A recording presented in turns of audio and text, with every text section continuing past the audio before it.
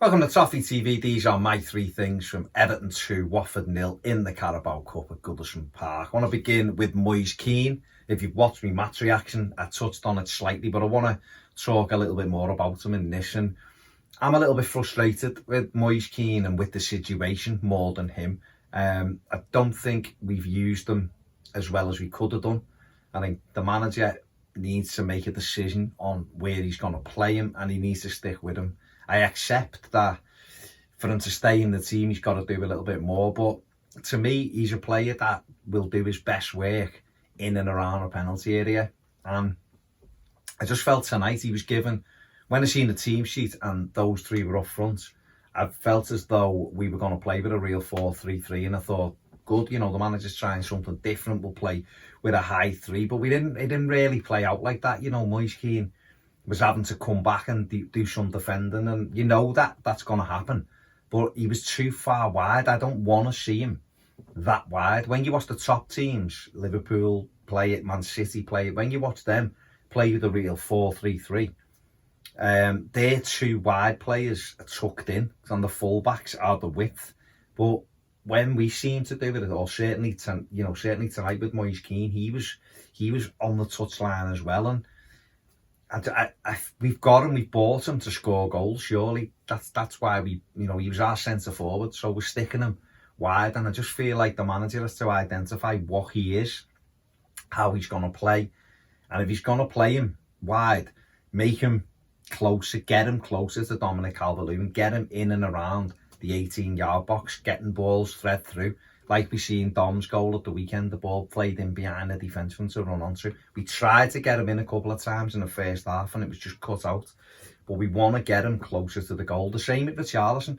Richarlison in the first half was stuck out on the left-hand side, but he doesn't cross the ball.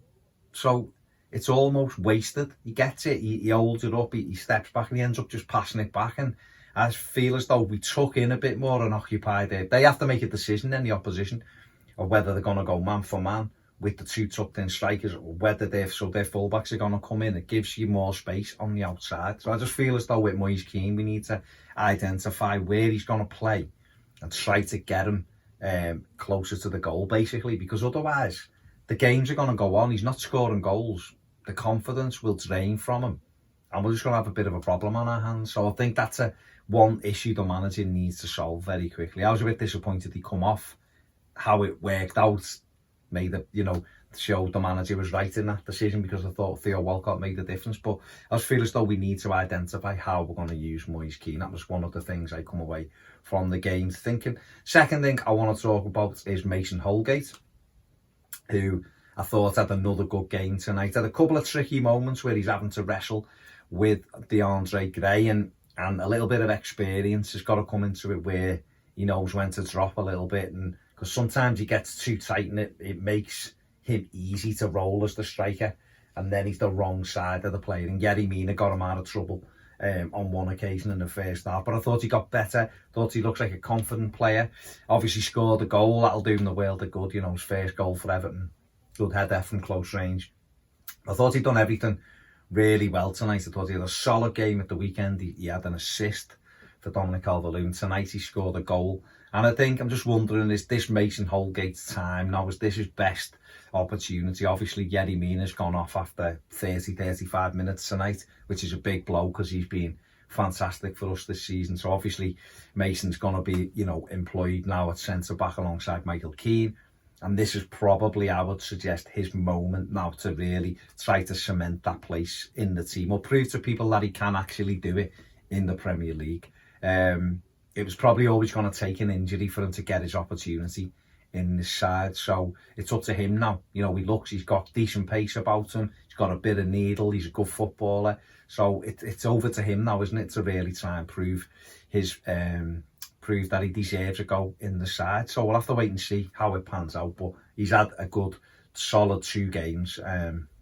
So I'm pleased for him.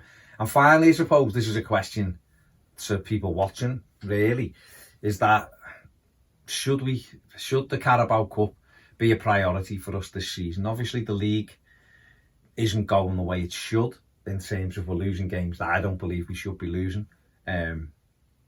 And should the club's priority simply be to try to win the Carabao Cup? It's a difficult thing, and I don't think it's one that you can pick and choose. I think, you just go with what you go with. You try to get on a run. But would you like to see Marco Silva continuing to play his strongest 11 in this tournament?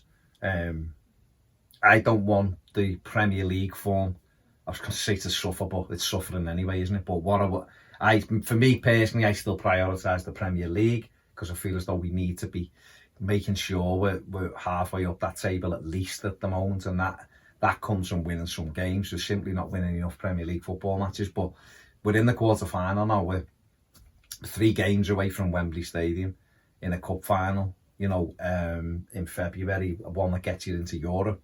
So I'm just wondering whether it's a case of we should always play, whether we believe as fans that we should just play our strongest team in this no matter what now. Obviously a lot's dependent on the draw tomorrow, when the draw's made tomorrow or Thursday, whenever it is. We'll have to see who we get in that, but this represents an opportunity for Everton to potentially get quite far in it, and this is the furthest we've been in it, I think, since we got to the semi-finals in 2016. So we're doing okay in it, but we've got to keep that momentum going. And I suppose the other part of this is, can this be a catalyst for our league form? It hasn't happened so far, but a win like this against Premier League opposition, another clean sheet, which is good. Well, another clean sheet, a clean sheet at home. That's back-to-back clean sheets at Goodison, ahead of a game against Spurs at the weekend.